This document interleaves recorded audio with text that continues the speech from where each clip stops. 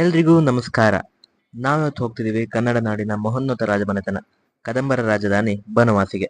ಬನವಾಸಿಗೆ ಹೋಗ್ತಿದ್ ನಾವು ಅಲ್ಲೊಂದು ಊರಲ್ಲಿ ಆಲೆಮನೆ ಆಗ್ತಿದೆ ಅಂತ ಗೊತ್ತಾಗಿ ನಾವು ಸೀದಾ ಆಲೆಮನೆ ನೋಡೋಕೆ ಆ ಊರಿಗೆ ಹೋದ್ವಿ.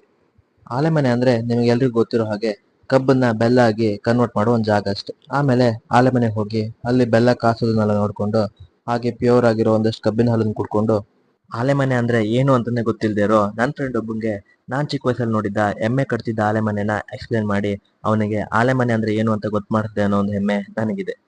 ಇದನ್ನೆಲ್ಲ ನೋಡ್ಕೊಂಡು ನಾವು ಹೊರಟಿದ್ದು ಬನವಾಸಿ ಕಡೆಗೆ. ಇನ್ನು ಬನವಾಸಿ ಬಗ್ಗೆ ನಿಮ್ಗೆಲ್ರಿಗೂ ಗೊತ್ತೇ ಇದೆ, ಕನ್ನಡ ಭಾಷೆಯ ಆರಂಭ ಆಗಿದ್ದು ಈ ನಮ್ಮ ಬನವಾಸಿಯಿಂದಲೇ. ಇನ್ನು ಅಲ್ಲಿನ ಮಧುಕೇಶ್ವರ ದೇವಸ್ಥಾನದ ಬಗ್ಗೆ ಬರೋದಾದ್ರೆ ಕ್ರಿಸ್ತಪೂರ್ವ 3ನೇ ಶತಮಾನದಿಂದ ಆ ದೇವಸ್ಥಾನ ತನ್ನ ನೈಪುಣ್ಯತೆಯನ್ನ ಕಾಪಾಡ್ಕೊಂಡು ಬಂದಿದೆ. ಇಲ್ಲಿ ಆಶ್ಚರ್ಯ ಅನ್ಸೋದು ಅಲ್ಲಿನ ನಂದಿ ವಿಗ್ರಹ. ನಂದಿ ವಿಗ್ರಹದಲ್ಲಿ ಅದರ ಒಂದು ಕಣ್ಣು ಶಿವನನ್ನ ಹಾಗೆ ಇನ್ನೊಂದು ಕಣ್ಣು ಆ ಕಂಬಗಳನ್ನ ದಾಟಿ ಪಾರ್ವತಿ ದೇವಿಯನ್ನ ನೋಡಿದ ಹಾಗೆ ನಮಗೆ ಭಾಸವಾಗ್ತದೆ. ಇನ್ನು ಆ ಕಂಬಗಳ ಇನ್ನೊಂದು ವಿಶೇಷತೆ ಅಂದ್ರೆ ಆ ಕಂಬದ ಎದುರು ನಿಂತು ನೀವು ಒಂದು ಕೈನ ಮೇಲ್ ಮಾಡಿದ್ರೆ 2 ಕಾಣ್ತದೆ, 2 ಕೈನ ಮೇಲ್ ಮಾಡಿದ್ರೆ 4 ಕಾಣ್ತದೆ. ಇನ್ ಕೇಸ್ ನೀವು ಇಬ್ಬರು ನಿಂತು 4 ಕೈನ ಮೇಲ್ ಮಾಡಿದ್ರೆ ಟೋಟಲ್ 8 ಕೈಗಳು. ಎಂತ ಅದ್ಭುತ ಅಲ್ವಾ? ಬನವಾಸಿಯನ್ನ ಪೂರ್ತಿಯಾಗಿ ನೋಡಿದ ನನಗೆ ಪಂಪನ ಈ ಬರಹ ನಿಜ ಅನಿಸ್ತು. ಆ ರಂಕುಶ ಬಿಟ್ಟೊಡೆ ನೆನೆಯುವುದನ್ನ ಮನಂ ಬನವಾಸಿ ದೇಶಮಂ.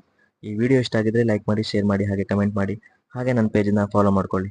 ಅಲ್ಲಿವರೆಗೂ ಟೇಕ್ ಕೇರ್, ಟಾಟಾ, ಬಾಯ್ ಬಾಯ್.